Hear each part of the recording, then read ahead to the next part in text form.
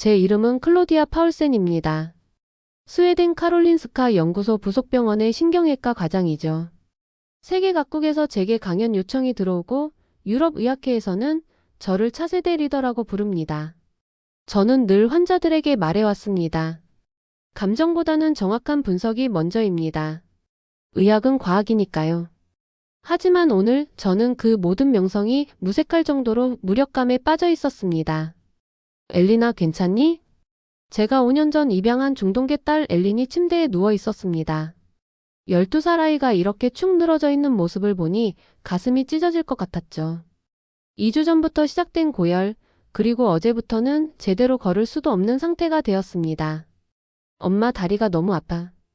엘린의 작은 목소리가 제 심장을 얼어붙게 만들었습니다. 저는 의사입니다. 그것도 뇌와 신경계 전문이죠. 하지만 제 딸에게 무슨 일이 일어나고 있는지 전혀 알 수 없었습니다. 병원에서 온갖 검사를 다 해봤습니다. 혈액검사, MRI, CT, 심지어 펫CT까지. 독일 하이델베르크 대학병원의 소아신경과 전문의 밀러 교수에게도 자문을 구했죠. 프랑스 파리의 살페트리에르 병원에도 케이스를 보냈습니다.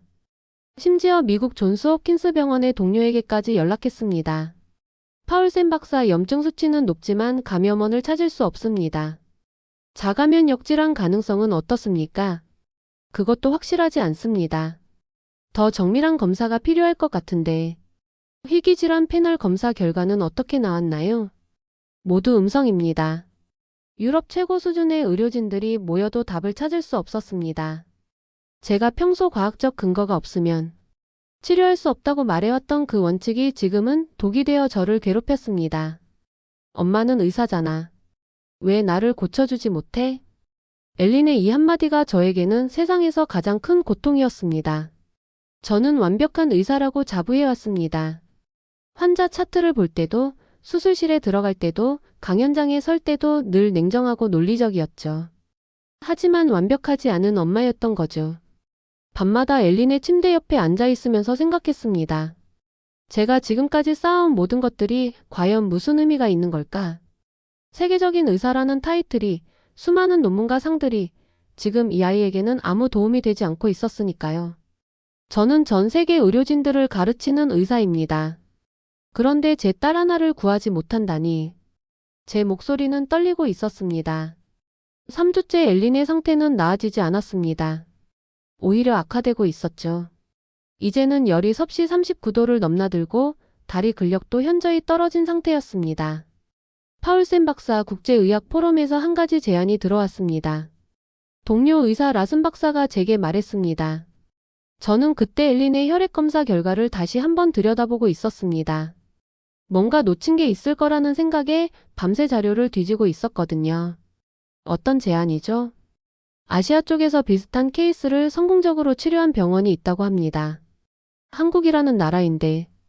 그 순간 저는 펜을 놓았습니다. 한국. 그 이름만 들어도 속이 메스꺼웠습니다. 라슨 박사 농담하시는 건가요? 아니요, 진지합니다. 서울대학교 병원이라는 곳인데 희귀질환 치료에서 상당한 성과를 내고 있다고. 절대 안 됩니다. 제 목소리가 너무 강했던 모양입니다. 라슨 박사가 놀란 표정을 지었거든요. 하지만 저는 그럴 수밖에 없었습니다. 15년 전 그 기억이 너무 생생했으니까요. 2010년 저는 레지던트 시절 국제연수 프로그램으로 한국에 갔었습니다. 그때 제가 본 것은 혼돈 그 자체였습니다. 응급실에서는 환자 가족들이 소리 지르고 의료진들은 제대로 된 시스템도 없이 우왕좌왕했죠. 수술 전 회의라고 하면서 엉뚱한 얘기만 하고 환자 차트 관리도 엉망이었습니다. 한국 의료진들은 열정만 앞섰어요. 과학적 근거보다는 감정에 의존하는 경우가 많았죠. 제가 그때 동료들에게 했던 말이었습니다. 실제로 그랬거든요. 한국 의사들은 환자와 너무 감정적으로 연결되려고 했습니다. 의학적 판단보다는 인간적인 동정심이 앞서는 것 같았죠. 지금도 마찬가지일 겁니다. 수술 전에 엉뚱한 회의나 하고 있겠죠. 하지만 파울센 박사, 다른 선택지가 있습니까? 유럽과 미국의 모든 전문의들이 포기한 상황인데. 라슨 박사의 말이 맞았습니다. 저희는 정말 막다른 길에 와 있었거든요. 하지만 그래도 한국만은 안 됐습니다. 차라리 일본이나 싱가포르는 어떨까요? 아시아 지역이라면. 이미 확인해 봤습니다. 비슷한 케이스 경험이 없다고 하네요. 한국만이 유일한 대안입니다. 그날 밤 저는 엘린의 침대 옆에서 밤을 새웠습니다. 아이의 숨소리가 점점 거칠어지고 있었습니다. 체온도 40도를 넘나들고 있었죠. 엄마. 아파. 엘린이 잠꼬대로 중얼거렸습니다. 저는 그 작은 손을 잡고 있었습니다. 차갑고 축축했어요. 한국이라니. 그 미성숙한 의료 시스템에 내 딸을 맡기라고? 하지만 동시에 다른 생각도 들었습니다. 만약 정말 한국에서 엘린을 살릴 수 있다면 제 편견 때문에 딸의 생명을 위험에 빠뜨리는 건 아닐까? 그 순간 엘린이 기침을 했습니다. 피가 섞여 나왔습니다. 의사로서의 마지막 자존심이라도 지켜야겠어.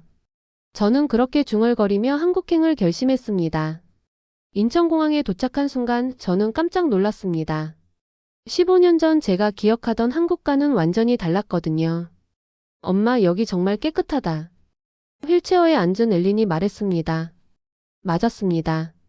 공항 바닥은 거울처럼 반짝였고 곳곳에 설치된 디지털 안내판들이 실시간으로 정보를 업데이트하고 있었습니다.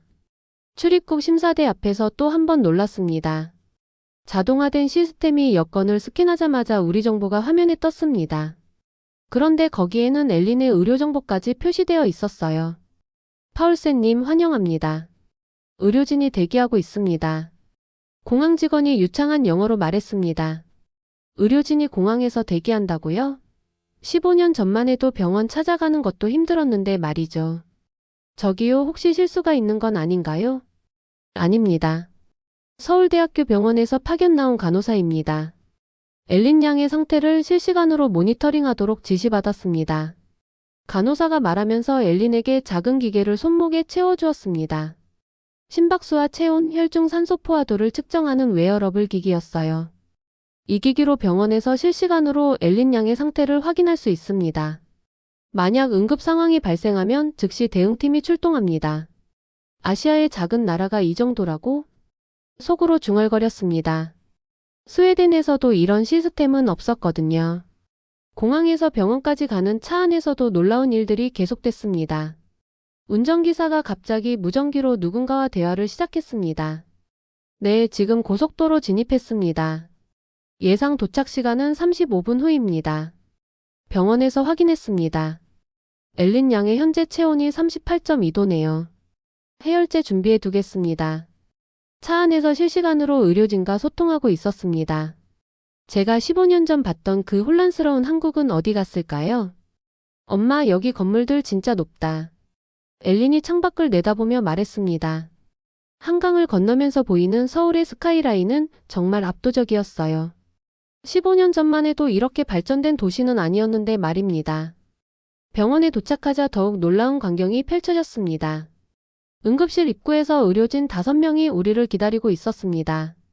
의사 2명, 간호사 2명, 그리고 코디네이터 1명이었죠.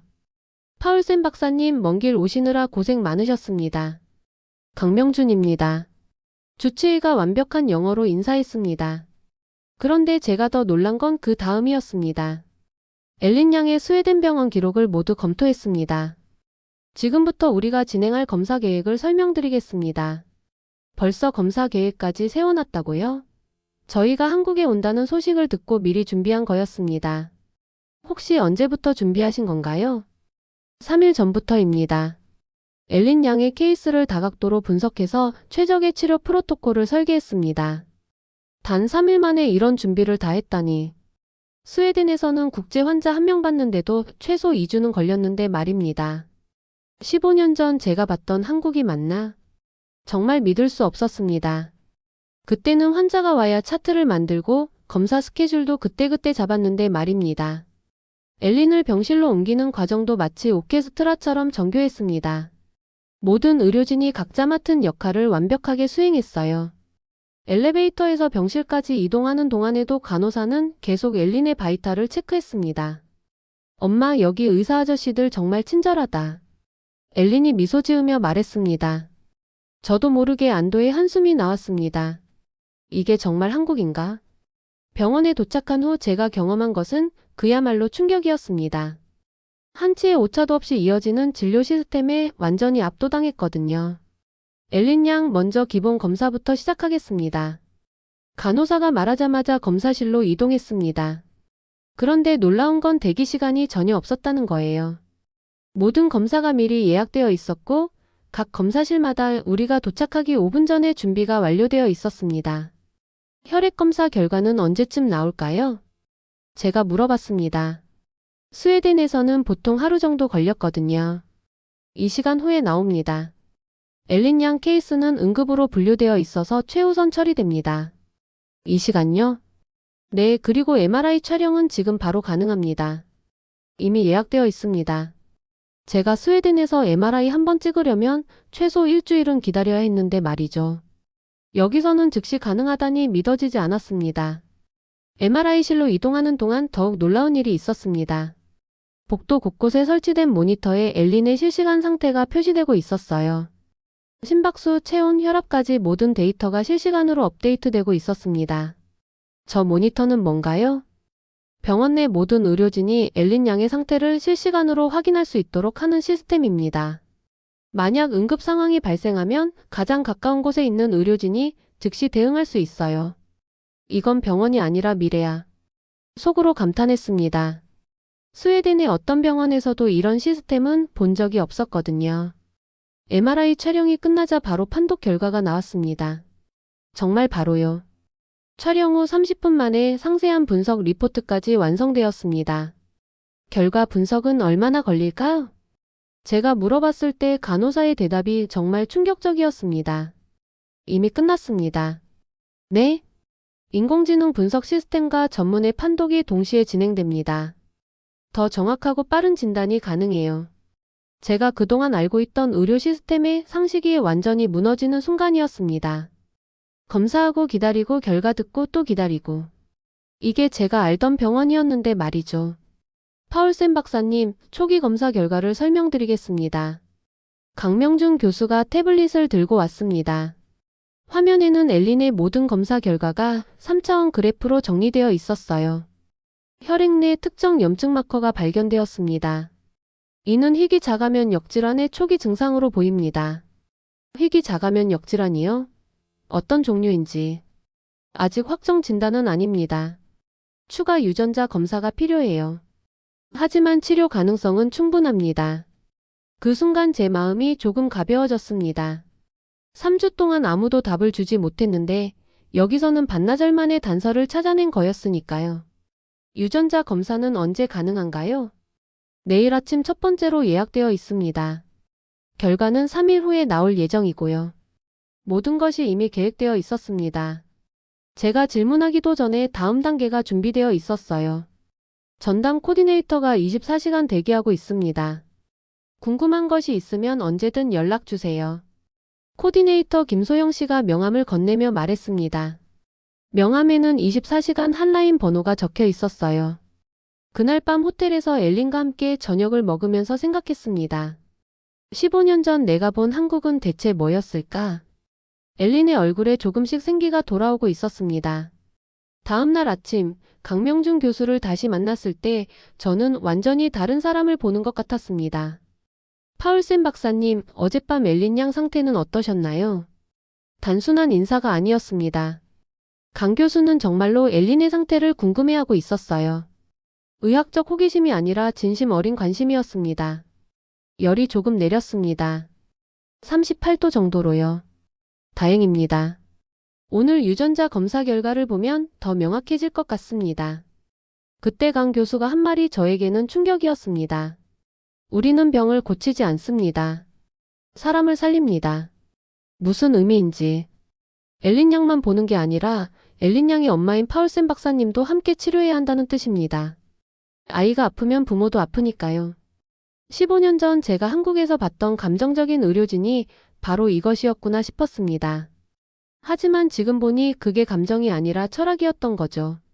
오전 10시에 갑자기 병원이 분주해졌습니다. 신경과 소아외과, 정형외과, 심지어 암센터 의료진까지 한 명의 아이를 위해 움직이기 시작했어요. 무슨 일인가요? 엘린 양의 유전자 검사 결과가 나왔습니다. 다학제 진료를 시작해야 할 것 같습니다. 다학제 진료요? 여러 과의 전문의들이 함께 치료 계획을 세우는 겁니다. 엘린 양의 경우 신경계, 면역계, 근골격계가 모두 연관되어 있어서요. 스웨덴에서는 각 과별로 따로 진료받고 환자가 직접 과를 옮겨 다니며 치료받아야 했습니다. 하지만 여기서는 의사들이 환자 중심으로 움직이고 있었어요. 회의실에 들어가자 정말 놀라운 광경이 펼쳐졌습니다. 8명의 전문의가 모여 있었고 벽면 스크린에는 엘린의 모든 검사 결과가 실시간으로 표시되고 있었습니다. 환자는 12세 여아 2주간 지속된 고열과 하지 근력 저하. 신경과 전문의가 케이스를 발표했습니다. 그런데 발표 내용이 의학적 데이터만이 아니었어요. 환자는 5년 전 입양되었고 현재 스웨덴에서 거주 중입니다. 심리적 안정감이 치료의 중요한 요소가 될 것으로 판단됩니다. 환자의 심리 상태까지 고려하고 있었습니다. 제가 그동안 비과학적이라고 생각했던 부분이었는데 지금 보니 가장 과학적인 접근이었던 거죠. 치료 계획을 말씀드리겠습니다. 정형외과 전문의가 일어났습니다. 1단계로 면역 억제제 치료를 시작합니다. 동시에 물리치료와 재활치료를 병행할 예정입니다. 혹시 부작용은 없나요? 제가 물어봤습니다. 당연히 있습니다. 하지만 우리는 부작용을 최소화하면서 최대 효과를 낼 수 있는 방법을 찾았습니다. 소아외과 전문의가 설명을 이어갔습니다. 기존 치료법과 다른 점이 있다면 우리는 환자의 삶의 질을 최우선으로 생각합니다. 단순히 증상만 없애는 게 아니라 엘린 양이 정상적인 아이로 자랄 수 있도록 하는 거죠. 그 순간 저는 깨달았습니다. 제가 의학적으로 불가능하다고 여긴 것들이 실제로 시행되고 성공하고 있다는 걸 말이에요. 이건 기술이 아니라 예술이야. 속으로 감탄했습니다. 단순히 의학 지식만으로는 할 수 없는 일들이 여기서는 자연스럽게 이루어지고 있었거든요. 회의가 끝난 후 강명준 교수가 저에게 말했습니다. 파울센 박사님도 우리 팀의 일원입니다. 엘린 양을 가장 잘 아는 건 엄마니까요. 제가 환자 보호자가 아니라 치료팀의 일원이라니. 이런 접근은 처음이었습니다. 치료 시작 일주일 후 엘린의 상태가 급격히 악화되었습니다. 면역 억제제 치료 부작용으로 폐렴에 걸린 거였어요. 파울센 박사님 응급 상황입니다. 새벽 2시에 걸려온 전화였습니다. 강명준 교수의 목소리가 긴장되어 있었어요. 엘린이 어떻게? 지금 중환자실로 이송 중입니다. 즉시 병원으로 오시기 바랍니다. 병원에 도착했을 때 이미 24시간 태세전환 시스템이 가동되고 있었습니다. 중환자실 앞에는 의료진 10여 명이 대기하고 있었고 각자 맡은 역할을 완벽하게 수행하고 있었어요. 현재 상황을 설명드리겠습니다. 호흡기내과 전문의가 말했습니다. 엘린 양의 면역력이 급격히 저하되면서 세균성 폐렴이 발생했습니다. 동시에 심장 판막에도 염증이 생겼어요. 심장까지요? 제 목소리가 떨렸습니다. 폐렴도 심각한데 심장까지 문제가 생겼다니. 걱정하지 마세요. 우리는 이런 상황을 예상하고 준비해왔습니다. 심장외과 전문의가 자신 있게 말했습니다. 정말 이런 상황까지 예상하고 있었다는 건가요? 지금부터 폐렴 치료와 심장 판막 수술을 동시에 진행합니다. 무리하지 않고 정확하게 할 겁니다. 동시에요? 그게 가능한가요? 가능합니다. 우리 팀은 이미 여러 번 시뮬레이션을 했습니다. 정말 놀라웠습니다. 응급 상황인데도 모든 게 계획대로 진행되고 있었어요. 스웨덴에서는 이런 복합 수술의 경우 최소 일주일은 준비 기간이 필요했는데 말입니다. 수술이 시작되자 더욱 놀라운 일이 벌어졌습니다. 수술실 밖 모니터에서 실시간으로 수술 과정을 볼 수 있었어요. 물론 환자 프라이버시는 보호하면서도 보호자가 상황을 파악할 수 있도록 배려한 거였습니다. 지금 폐 부분 세정이 끝났습니다. 심장 판막 수술을 시작하겠습니다. 간호사가 실시간으로 상황을 설명해 주었습니다. 6시간 동안 계속해서요. 수술이 끝났을 때 저는 완전히 지쳐 있었습니다. 하지만 의료진들은 여전히 생생했어요. 수술은 성공적으로 끝났습니다. 하지만 아직 한 가지 더 해야 할 일이 있습니다. 강명준 교수가 말했습니다. 조혈모세포 이식이 필요합니다. 엘린 양의 면역 체계를 근본적으로 회복시키려면 말이에요. 조혈모세포 이식이요? 기증자는 이미 찾았습니다. 네? 한국 조혈모세포 기증자 등록소에서 엘린 양과 적합한 기증자를 찾았습니다. 익명의 한국인 기증자분이 동의해 주셨어요. 저는 말문이 막혔습니다. 돈도 혈연관계도 없는 한국인이 제 딸을 위해 조혈모세포를 기증한다고요? 왜 그런 일이 가능한 건가요? 한국에서는 이런 일이 흔합니다. 서로 도우며 사는 게 당연하다고 생각하거든요.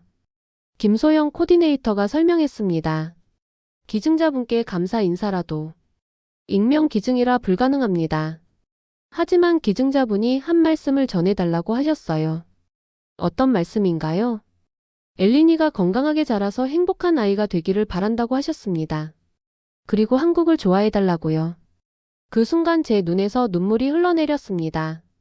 이게 한국이구나. 돈도 혈연도 없이 이 정도로 헌신하는 나라구나. 돈도 혈연도 없이 이 정도로 헌신한다고? 이게 한국이야. 속으로 중얼거렸습니다. 조혈모세포 이식 수술도 성공적으로 끝났습니다. 그리고 일주일 후 엘리는 드디어 일반 병실로 옮겨졌어요. 엄마, 나 이제 괜찮은 거야? 응, 이제 괜찮아. 제가 대답하면서도 믿어지지 않았습니다. 3주 전만 해도 절망적이었는데 지금은 완전히 달라진 상황이었으니까요. 퇴원 후 일주일간 서울에 머물기로 했습니다.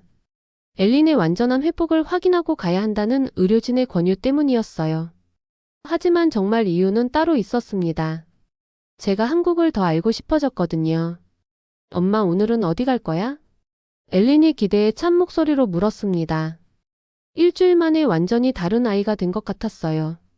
얼굴에 생기가 돌고 걸음걸이도 예전처럼 활발해졌습니다. 경복궁에 가볼까? 한국의 전통 궁궐이래. 좋아. 경복궁에 도착했을 때 놀라운 광경을 목격했습니다. 한복 대여점에서 나온 외국인 관광객들이 궁궐을 거닐고 있었어요. 그 모습이 너무 아름다워 보였습니다. 엄마, 나도 저런 옷 입어보고 싶어. 엘린이 한복을 입은 사람들을 보며 말했습니다. 정말? 그럼 한번 입어볼까? 한복 대여점에 들어갔습니다. 사장님이 엘린을 보더니 환한 미소를 지었어요. 아, 이 아이 정말 예쁘네요. 어떤 색깔 좋아해요? 분홍색이요. 엘린이 신나게 대답했습니다. 30분 후 분홍색 치마 저고리를 입은 엘린을 보는 순간 제 마음이 뭉클해졌습니다. 정말 한국 아이 같았어요.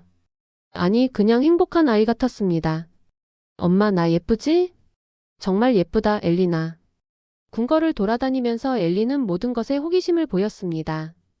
근정전 앞에서 사진을 찍고 경회루에서 연못을 바라보며 감탄했어요. 엄마, 한국 정말 좋다. 엘린이 제 손을 잡고 말했습니다. 왜 좋은데? 사람들이 다 친절해. 그리고 여기 와서 아픈 게 나았잖아. 그 순간 저는 깨달았습니다. 엘린에게 한국은 단순한 치료를 받은 나라가 아니라 새로운 삶을 준 나라가 되었다는 걸 말이에요. 점심시간이 되어 명동의 한 불고기 집에 들어갔습니다. 사장님이 엘린의 한복 차림을 보더니 반가워했어요. 아이고, 우리 공주님 오셨네요. 뭐 드실래요? 불고기요. 엘린이 한국어로 대답했습니다. 언제 한국어를 배웠는지 모르겠지만 발음이 꽤 정확했어요. 엘리나, 한국어 언제 배웠어? 병원에서 간호사 언니들이 가르쳐줬어. 고마워요, 안녕하세요, 사랑해요도 할 줄 알아. 제 마음이 또 한 번 뭉클해졌습니다. 의료진들이 치료만 한 게 아니라 엘린에게 한국어까지 가르쳐준 거였어요. 불고기가 나왔을 때 엘린은 신기했습니다. 엄마, 이거 정말 맛있다. 하지만 정작 저를 놀라게 한 건 백김치였습니다. 시원하고 깔끔한 맛에 완전히 매료되었거든요. 사장님, 이 김치 정말 맛있네요. 감사합니다. 저희 어머니가 직접 담그신 거예요. 30년 전통이죠. 30년 전통. 그 말이 제게는 특별하게 다가왔습니다. 한국 사람들이 얼마나 오랫동안 이런 맛을 지켜왔는지 생각하니 경이로웠어요. 식사 후 한강공원을 걸었습니다. 엘리는 여전히 한복을 입고 있었고 지나가는 사람들마다 미소를 지어주었어요. 엄마, 여기서 살면 안 돼? 엘린이 갑자기 물었습니다. 왜? 여기 사람들이 다 좋아. 그리고 나를 살려준 나라잖아. 그 순간 저는 자신이 과거 한국을 얼마나 무지하게 바라봤는지 통렬히 반성했습니다. 15년 전 제가 본 것은 겉모습뿐이었어요. 진짜 한국의 모습은 이런 것이었구나. 내가 진짜 배워야 했던 건 이 나라의 마음이었다. 속으로 중얼거렸습니다. 저녁에 호텔로 돌아와서 엘린이 한복을 벗기 싫어했어요. 내일도 입고 싶어. 그럼 내일도 입자. 정말? 응, 우리 한국에 있는 동안은 계속 입어도 돼. 엘린이 환하게 웃었습니다. 그 웃음을 보면서 저는 확신했습니다. 한국은 단순히 엘린의 병을 고쳐준 나라가 아니라 우리 가족에게 새로운 희망을 준 나라라는 걸 말이에요. 그날 밤 엘린이 잠들 때까지 한국어 동요를 흥얼거렸습니다. 간호사들이 가르쳐 준 거라고 하더군요. 한국 정말 특별한 나라구나. 제가 마지막으로 중얼거린 말이었습니다. 1년 후 스웨덴으로 돌아온 저는 완전히 다른 사람이 되어 있었습니다. 엘리는 완치 판정을 받았고 이제 정말 건강한 아이로 자라고 있었어요. 엄마, 오늘 학교에서 한국에 대해 발표했어. 엘린이 신나게 말했습니다. 벌써 1년이 지났는데도 한국에 대한 애정은 식지 않았거든요. 어떻게 발표했는데? 한국은 나를 살려준 나라라고 했어. 그리고 세계에서 가장 따뜻한 사람들이 사는 나라라고도 했고. 엘린의 말을 들으면서 저는 지난 1년간 제가 해온 일들을 떠올렸습니다. 한국에서 돌아온 직후 저는 스웨덴 정부에 보고서를 제출했습니다.